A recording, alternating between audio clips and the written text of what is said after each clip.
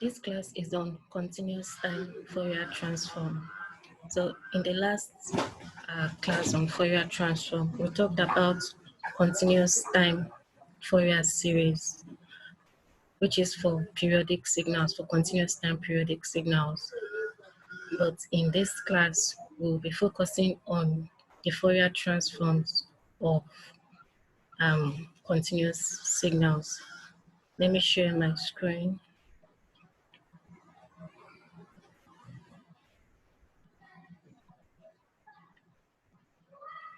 Okay. So we know that the Fourier synthesis equation for continuous time periodic signals is given by this equation, while the Fourier analysis equation for continuous time periodic signals is given by this equation. In this class, we want to extend the idea for building non-periodic continuous time signals, because we know that periodic signals can be built as a linear combination of harmonically related complex exponentials, and we derive the formula of how to get the Fourier series coefficient. The main idea behind this class is to extend this idea for non-periodic continuous time signals. Non-periodic continuous time signals are also referred to as a periodic signal. Let's consider this signal x of t. We can see that it is non-periodic because the signal doesn't repeat itself. Then let's extend this signal representation by periodically repeating this signal at every period t naught. So this is our original non-periodic signal. We want to represent this signal as a periodic signal. So we simply repeat this signal every t naught. We see that, just looking at this, we see that this non-periodic signal and this periodic signal, they are the same thing if there are two ideas. If you consider the period of this periodic signal over just one period, so from minus t naught over 2 to plus t naught over 2, we can see that this periodic signal becomes equal to the non-periodic signal. Also, if this periodic signal, if the period from minus t naught over 2 to plus t naught over 2, if we extend the period of this periodic signal, if we extend it to infinity, we can see that the periodic signal becomes equal to the non-periodic signal. So two things are involved. The first one is when you consider this periodic signal, if you just consider it over one period, then the periodic signal is equal to the non-periodic signal.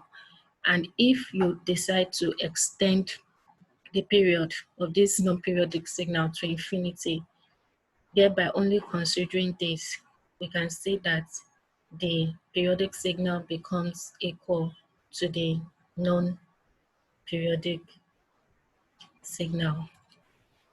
So the basic idea representing it mathematically is that when we just consider the periodic signal over one period, the periodic signal becomes equal to the non-periodic signal.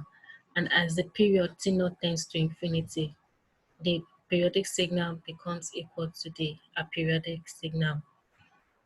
This is the guideline we'll be following as we derive the representation of Fourier transform for non-periodic signals. This is the representation. Remember, our signal is x of t. The periodic form is x of tau t. So we represent the periodic form by linear combination of harmonically related complex exponentials, and we represent the Fourier series coefficient as the integration over one period. Now we are considering the periodic form of the signal, because the original signal is x of t. The periodic form is x of tau t. Then we, in order for us to use the original signal, which is non-periodic, we change the limit of integration. Remember that as the period tends to infinity, the periodic signal becomes equal to the non-periodic signal. So x of t is a non-periodic signal, where x of tau t is a periodic signal. So we change the limits from minus infinity, the period of integration, to plus infinity, thereby changing this from the periodic form to the non-periodic form. If we make omega to be equal to k omega naught, and we define a function, we define x of omega as this integration.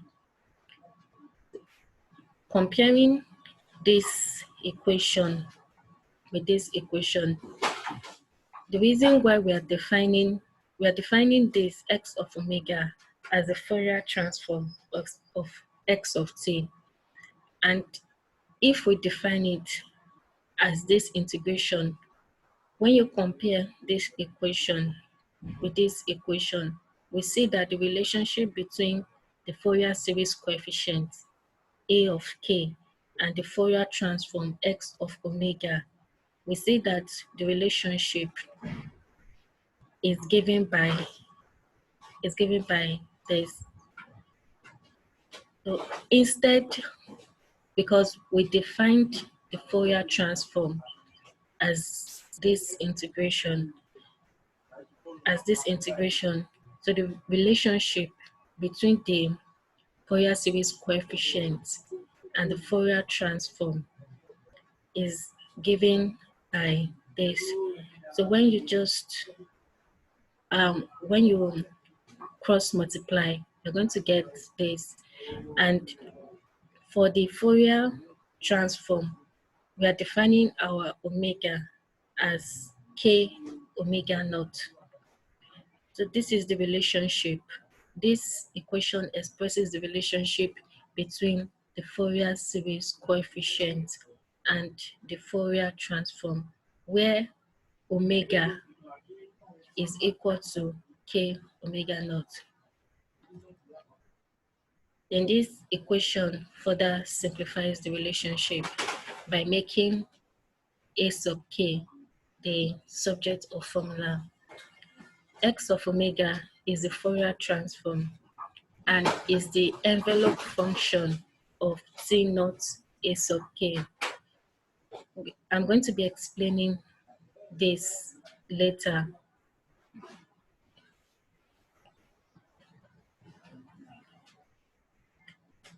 Now, we define the periodic form of the signal. We already know this equation. In place of A sub k, we replace it with this function A.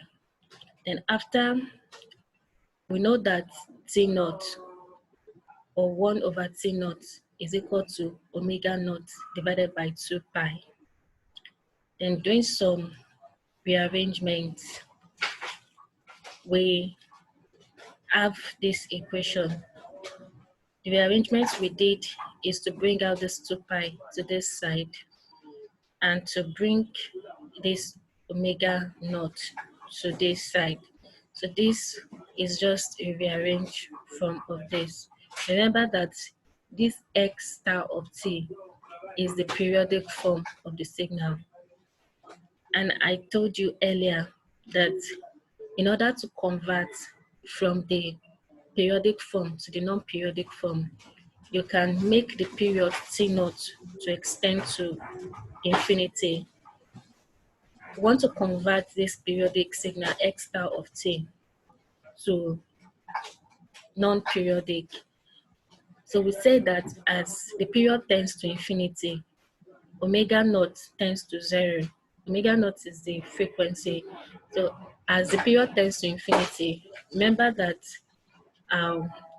omega naught and the period, they are related by 2 pi over t naught. So if the period tends to infinity, that means that the frequency will go to 0, and that means that the periodic signal tends to the non-periodic signal. And instead of saying that the omega naught tends to 0, we just say that the omega naught becomes smaller. If we replace all this into this equation, into the highlighted equation, then we say that the summation sign, that is as the period tends to infinity, the summation becomes an integration. So if we perform all these replacements on this particular equation, so this equation becomes this. This is the non-periodic signal. This is the periodic signal. These are 1 over 2 pi. These are 1 over 2 pi. The summation is replaced with an integration. This is simply x of omega, and k omega naught is equal to omega. Then our omega naught is replaced by d omega. So this equation becomes this. Now, we have been able to prove the Fourier synthesis equation for non-periodic signal. So this is the non-periodic signal, and this is the Fourier synthesis equation.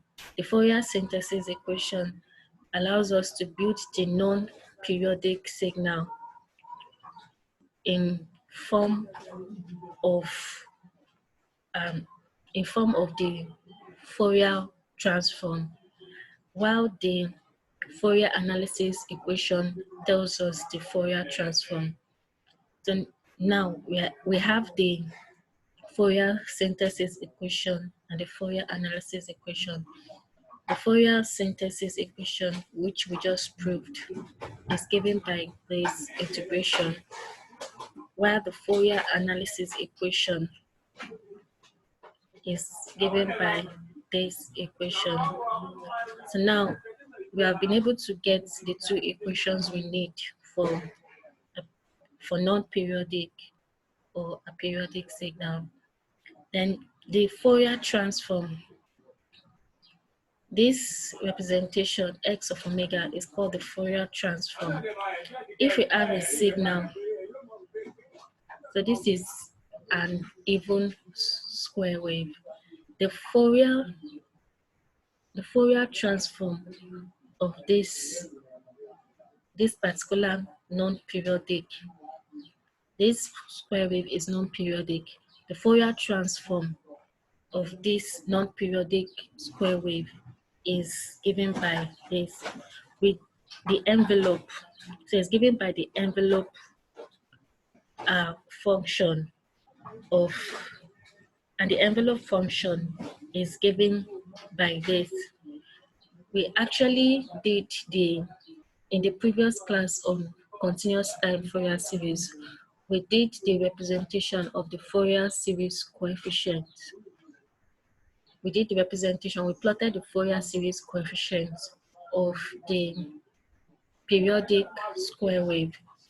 We are still going to do a practical example, but given a signal x of t, which is non-periodic, the Fourier transform of this signal represents this signal that is drawn below. And as the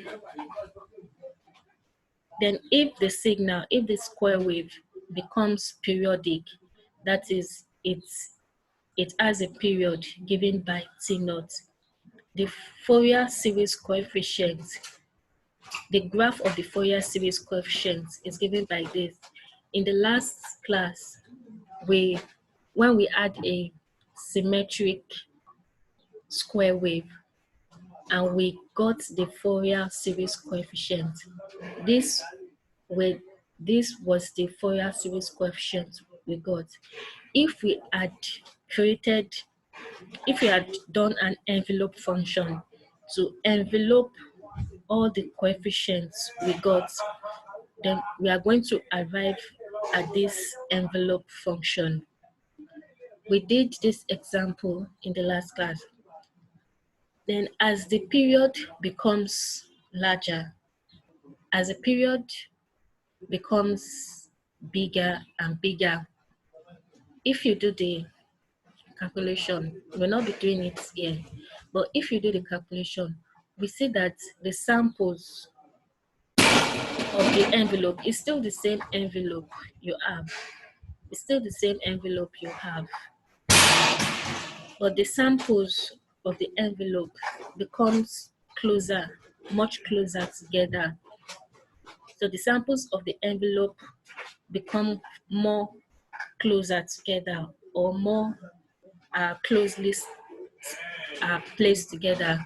Then as the period becomes larger and larger, these samples tends to be closer together. And as the period tends to infinity, all we just have is this envelope function, because the envelope function doesn't change as the period tends to infinity. And remember that as the period tends to infinity, the periodic signal becomes equal to the non-periodic signal, which is given by this. This is non-periodic. As the period tends to infinity, all you have is this envelope function. So this tells us that, and this envelope function is the Fourier transform. So what this tells us is that the Fourier transform of a periodic signal is just samples. The Fourier transform of a periodic signal is just samples of the envelope. And as the period tends to infinity, as the period goes to infinity, the periodic signal becomes equal to the non-periodic signal, and all you have is just the envelope. There are no samples. So I'm saying the relationship between Fourier series and Fourier transform. And I'm also saying the relationship between Fourier series and Fourier transform for periodic and non-periodic signal. So let me recap once more. As when we did the example in the last class for this periodic signal, this signal is periodic. This signal, this square wave here, is periodic. When we got the Fourier series coefficient. This, when it was plotted, this was the plot. This was the plot we obtained.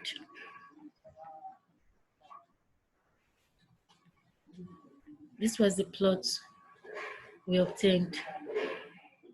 Then if the period becomes bigger, let's say 4 times, these are the Fourier series coefficients we would obtain. You still have the same envelope, but the samples become more closer together. And as the period tends to infinity, all you have is the envelope function, and this is the envelope function. So this tells us that the Fourier transform of a non-periodic signal is the envelope function. But if the signal is periodic, the Fourier series coefficients are just samples, equally spaced samples of this envelope function, which is the Fourier transform of the non-periodic signal.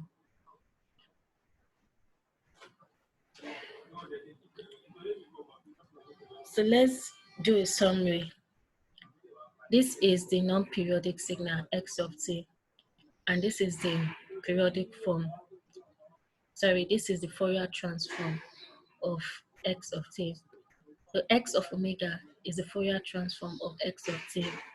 The Fourier transform x of omega, it has a real part and an imaginary part. This is breaking it down into polar. This is breaking it down into rectangular form, and this is representing the Fourier transform in polar form. Always note that the Fourier transform x of omega is a complex number. It has real and imaginary parts. This is represented in the rectangular form, while this is represented in the polar form. We now have everything we need to do an example. The two most important equations we have here is this. This is the Fourier synthesis equation, while this is the Fourier analysis equation, where x of omega is the Fourier transform and x of t is the non-periodic or aperiodic signal. Let's do a concrete example. We're asked to get the Fourier transform of this signal a to the minus at u of t, where u of t is a step function. The Fourier transform, this is the definition of the Fourier transform. We are multiplying this over this integration. Our x of t, in place of our x of t, we replace it with a question, which is given by this. We know that u of t is a step function. It's just 1, so it goes away. Then we have only this. Then when we collect, t is common to both exponentials. When we collect it together, we get this here. Then we perform the integration, we get this. And now we are changing the integration limit because u of t is a step function. U of t is a step function, and for t less than 0, u of t is 0, and for t greater than 0, u of t is 1. So we change the limits of integration to 0. So we remove the u of t because u of t only has a signal when t starts from 0. We change the limit of integration to 0. Therefore, we are integrating from infinity, from 0 to infinity. When we do the integration, we get the Fourier transform as this for a greater than 0. So when a is greater than 0, we arrive at this Fourier transform. Remember that the Fourier transform is a complex number. It has real and imaginary parts. We want to represent the real and imaginary parts. So we multiply the result we got by the complex conjugates. We get this. Then we separate the real part. This is the real part, and this is the imaginary part. Therefore, the Fourier transform of that particular question, separating it out into real and imaginary, is given by this highlighted equation. We want to get the magnitude and want to get the phase angle of the Fourier transform. The formula to get the magnitude is the real part, the square of the real part, and the square of the imaginary parts, all square. That's what we did here. We squared the real part, we squared the imaginary part, then the square root of all of them. We arrive at this, and when we simplify it, and we simplify it further, we get this. The magnitude of the Fourier transform is given by this equation. Now I want to get the first angle. This representation we got here is in rectangular form. We want to express it in polar form, having a magnitude and a phase angle. The phase angle is the tan inverse of the imaginary divided by the real. We get this equation. The phase angle is given by this equation. When we try to plot we do a magnitude plot and a phase plot. For the magnitude plot, we are plotting the magnitude as a function of omega. We need to get the omega, which is a frequency, at different times. We start with Fourier transform as positive and negative values. Therefore, we need to get the frequency omega as both positive and negative values. First of all, we start with 0. So we say when omega is equal to 0. Then we say that when omega is equal to A. The reason why we're saying when omega is equal to A is because we have this magnitude A. When omega is equal to A, we can actually get a definite value. That's replacing omega with A. Then we say when omega is equal to minus A, because Fourier transform has both positive and negative values. Then we do for when omega is tending to plus infinity and when omega is tending to minus infinity. When we do the calculation for omega is equal to 0, when omega is equal to 0, all you have left is 1 over A, which we got here. When omega is equal to A, we arrive at this. So I just skipped the calculation and used the final answers. For the phase plot, we also do the same. We get these values of omega.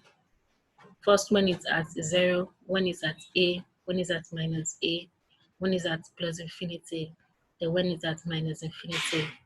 Then we just plug it in to the equation we arrived at for the phase angle, and we arrive at these values.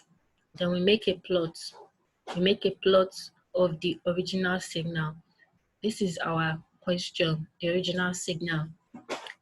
U of t is just 1. It starts from 1. That's why you have 1 here, because U of t is a step signal.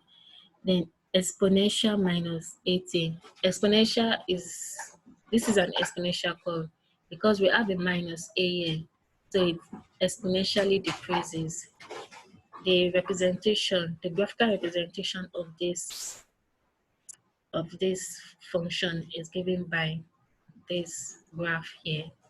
The graphical representation of the Fourier transform, we just plot the Fourier transform as a function of the frequency omega.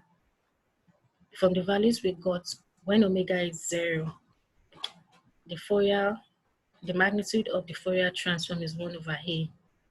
We have 1 over A here. When omega is equal to A, the magnitude is 1 divided by A root 2, which is here. And when the frequency is minus A, the magnitude is minus 1 divided by A root 2, which we have here.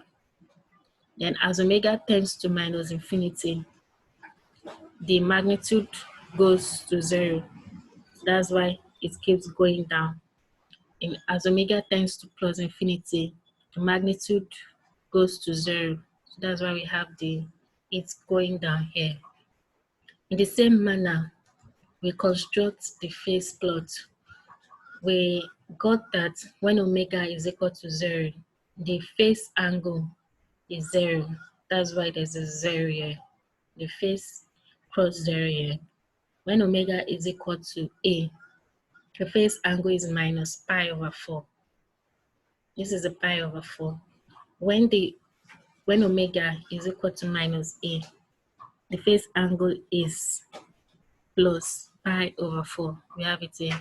And as omega tends to minus infinity, the phase angle tends to pi over 2. That's why we have it increasing this way. And as omega tends towards plus infinity, the phase angle tends to minus pi over 2. That's why you have the phase angle decreasing this way. The graphs I'm explaining are based on the values we got here for the phase plots and the values we got here from the magnitude plot. So the graphs are intuitive. We can also get the Bode plot representation. In the Bode plot representation, the frequencies omega is in scales of 10, while the magnitude is in decibels. So we need to multiply 20 log of the magnitude to get the values on the x-axis. So that's Bode plot representation. We have this, we convert this into decibel, we convert the magnitude into decibels. Then we represent the x-axis omega. The x-axis is omega. Represent it in scales of 10. So it starts from 0, then 0.1, then times 10, which is 1, times 10, which is 10a, then times 10, which is 100a. And instead of doing this representation, we do the log 20 log a, the magnitude of the Fourier transform. The reason being the case is that if we do this multiplication, we are going to arrive at this because the magnitude is just given by 1 divided by the root of a squared plus omega squared. Then if we multiply by a, then the answer we are going to get is just going to be a pure answer. There's not going to be a involved. That's why we decided to do that. When omega is at 0, the 20 log of a times the magnitude is 0. You can do the mathematics. Then the scale of the x-axis is, we just keep multiplying by, is in scales of 10. So we start from 0, then 0.1, then a, 0.1a, then a, then 10a, then 100a. So we keep multiplying by 10 for our x-axis. Also for the phase, we do the same thing. We get the omega when omega is 0, when omega is 0.1a, then times 10, which is a, times 10, which is 10a, then times 10, which is 100a. We get these values. And if you do the mathematics, you are going to get these values. Therefore, the Bode plot, when you plot out these values, when omega is 0, you have 0 decibels. When omega is 0.1a, When omega is 0.1A, we had minus 0.043 decibels. When omega is at A, we had minus 3 decibels.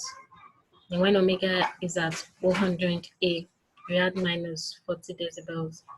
This is the Bode plot. And similarly, this is the phase plot of the phase angle of the Fourier transform as a function of the frequency.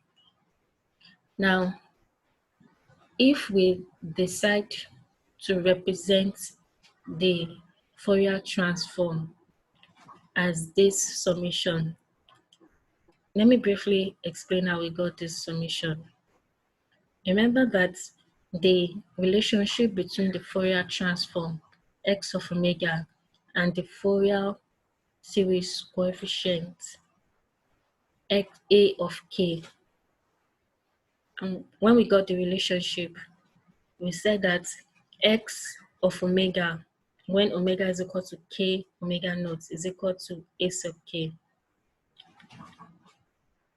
Therefore, the Fourier transform is equivalent to this.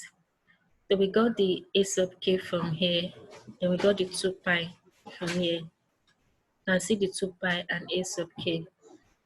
Then we represent the Fourier transform, the relationship between the Fourier transform and the Fourier series coefficient as the summation of impulse function.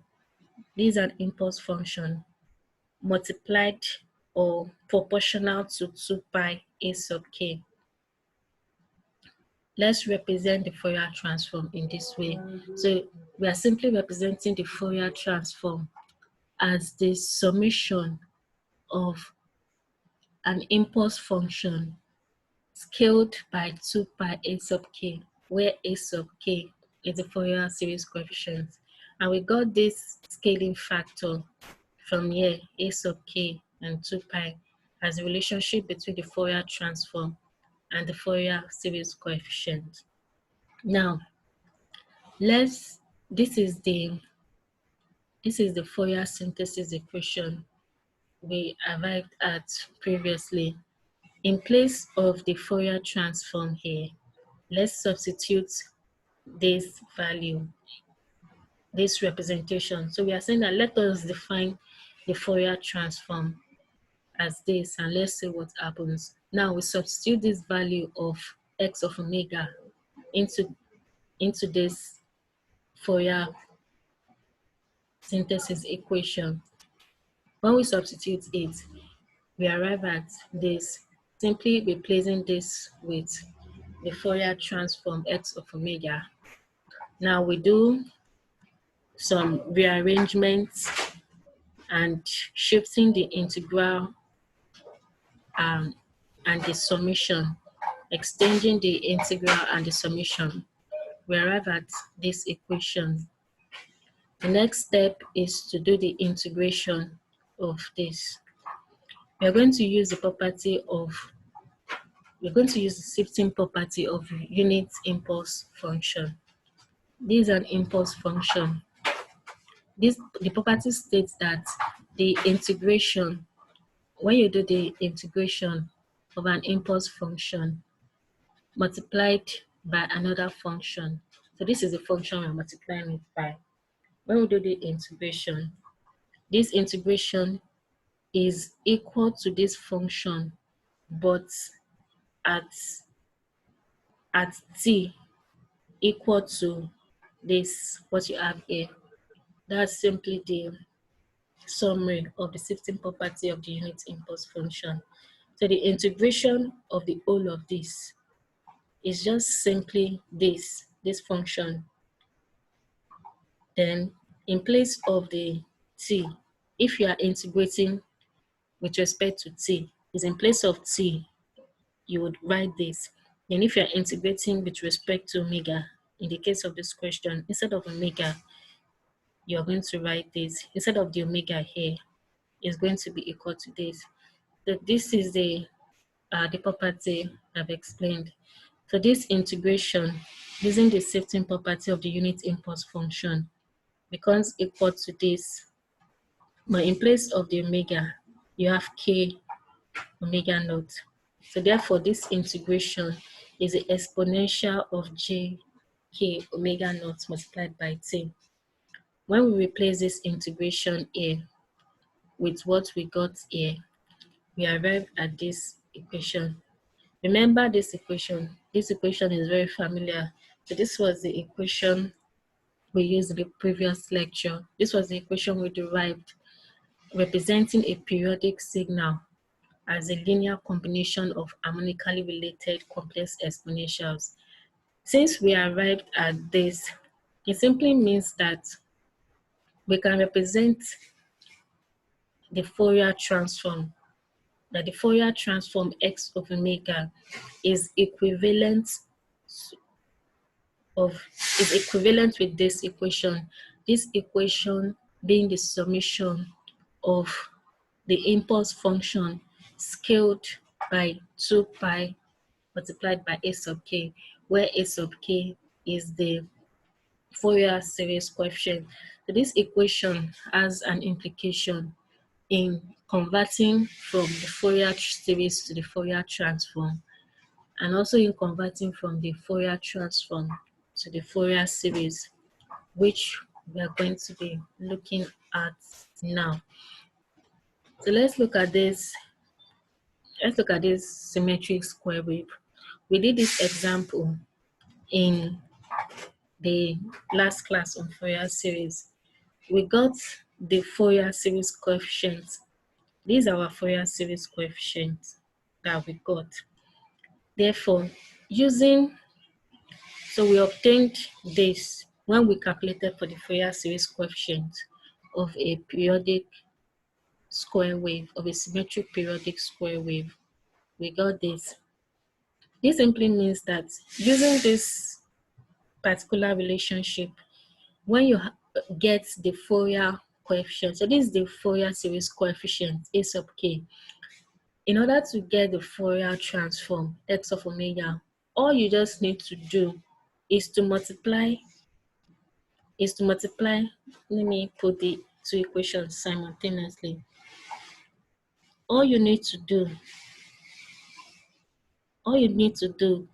is simply, when you arrive at the Fourier series coefficient and you want to get the Fourier transform, what you need to do is just to multiply the Fourier series coefficient by 2 pi, multiply it times 2 pi to get the Fourier series coefficient.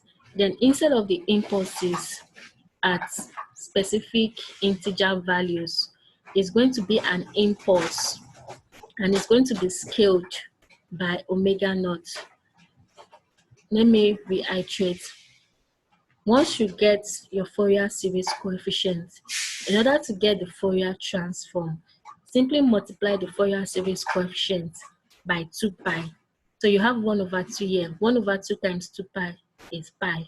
You have 1 over pi here. 1 over pi times 2 pi is simply 2. You have minus 1 divided by 3 pi. Minus 1 divided by 3 pi divided by pi is simply minus 2 over 3. Therefore, when you obtain the Fourier series coefficient, you can convert the Fourier transform by simply multiplying all your coefficients here by 2 pi. Then instead of specific values at different instance of k, the k now is replaced by omega. So you are not having a straight line function. It turns into an impulse function. And this simply follows up with this representation of the Fourier transform. So x of omega is simply the Fourier series coefficient a sub k multiplied by 2 pi. So that's where the 2 pi that you need to multiply comes from.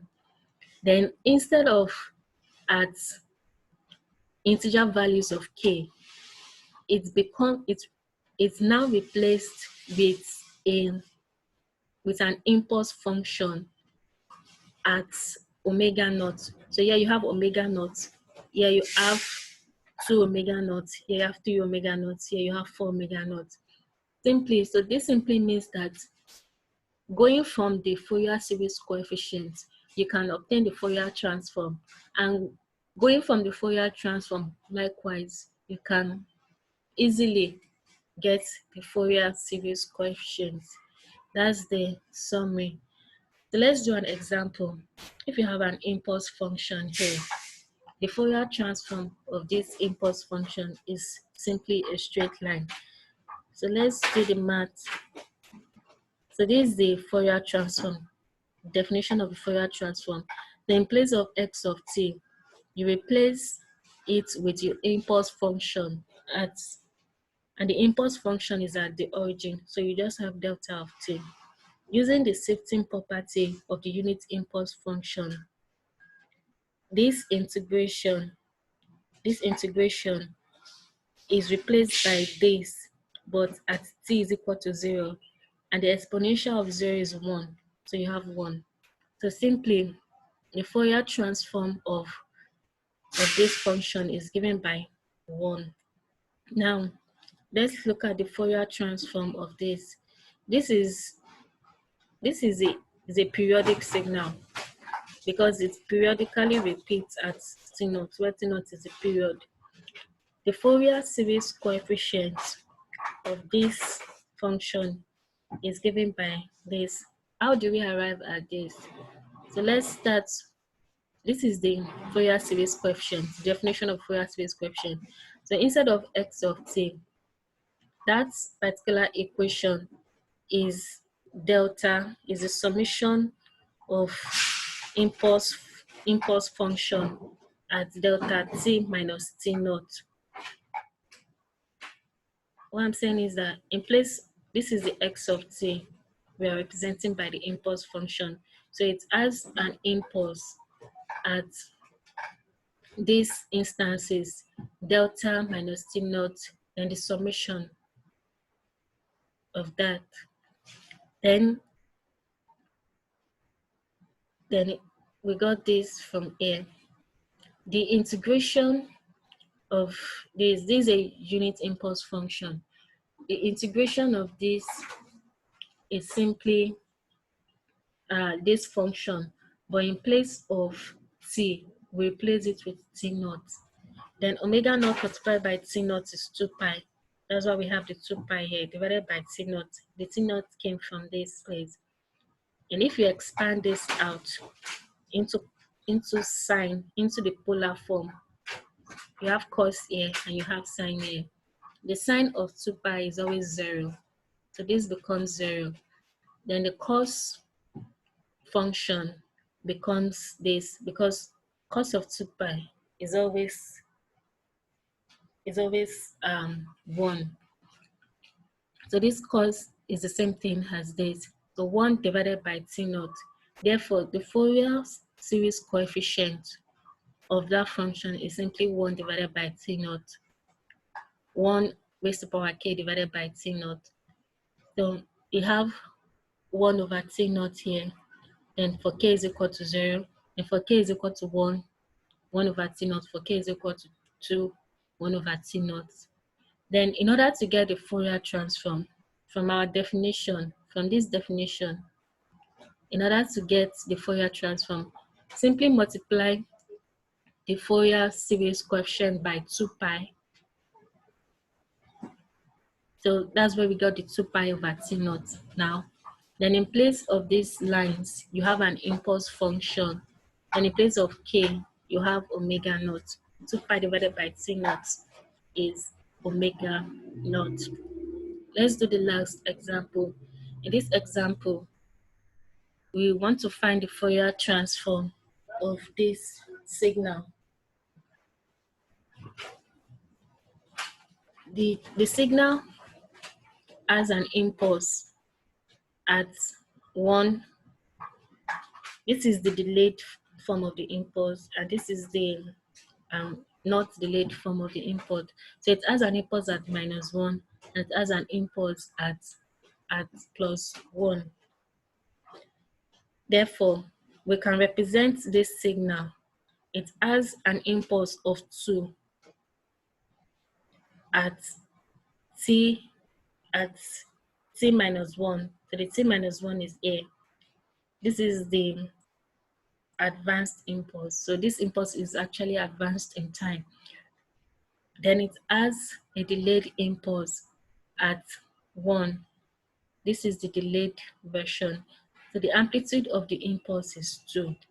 We represent the function by this mathematically. So we represent the graphical function by this. And the Fourier transform, this is the definition for our Fourier transform. In place of x of t, we replace it with this function here. We replace it here. Then we bring out the 2. We bring out the 2 here.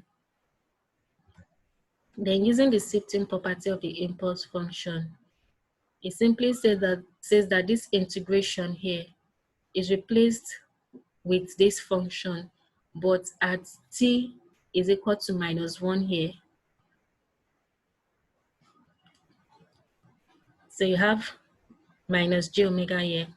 Then for this, the integration is this function, but at t equal to 1. So this is where t is equal to 1. Therefore, the Fourier transform is this. In order to simplify it further, we represent this by 4 divided by 2. So 2 is the same thing as 4 divided by 2. The reason why we are doing this is because this function here is a cos function. When you divide the summation of exponential j omega plus exponential minus j omega is a cos. Therefore, the Fourier transform of that equation given in the question is given by 4 cos omega. Yeah, so this is the end of the lecture. In summary, we were able to, this is continuous time Fourier transform. Continuous time Fourier transform allows us to get the relationship between periodic signals and non-periodic signals. Basically, you use the Fourier transform for periodic signals, but as we moved along in the class, we discovered that there's a relationship between the Fourier series and the Fourier transform. Because when we started the class, we started for periodic signals, we described it with Fourier series and Fourier series coefficients.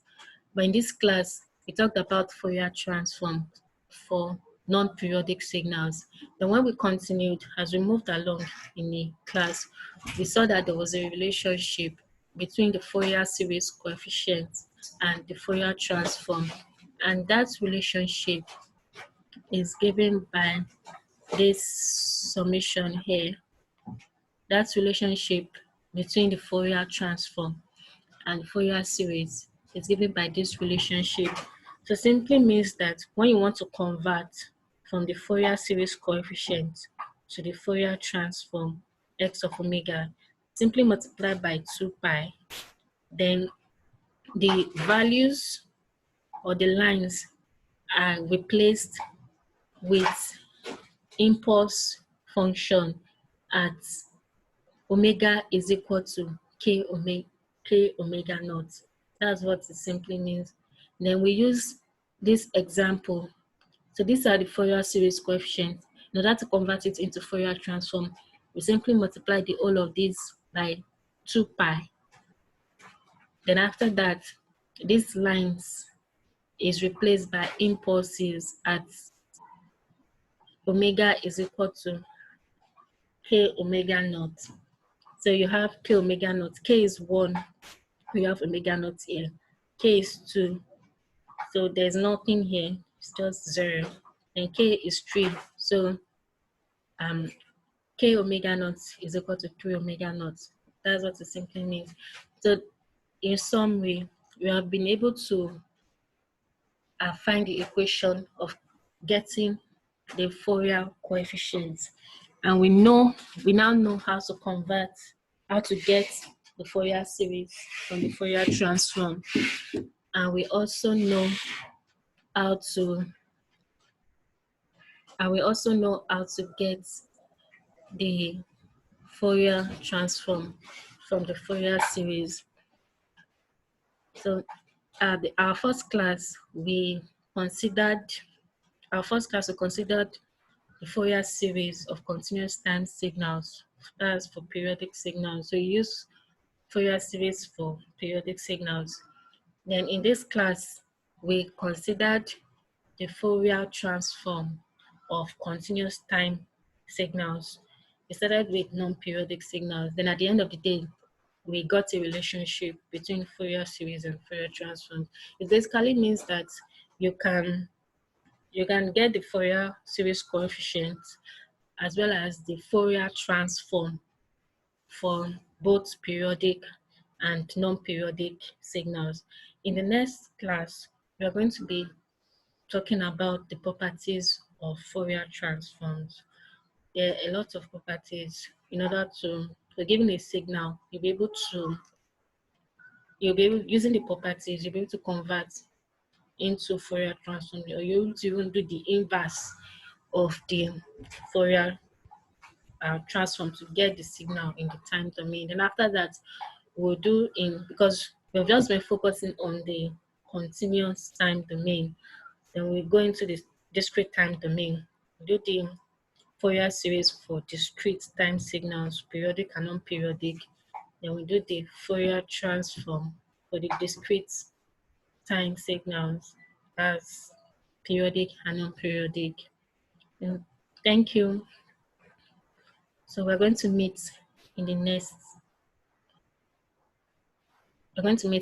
class.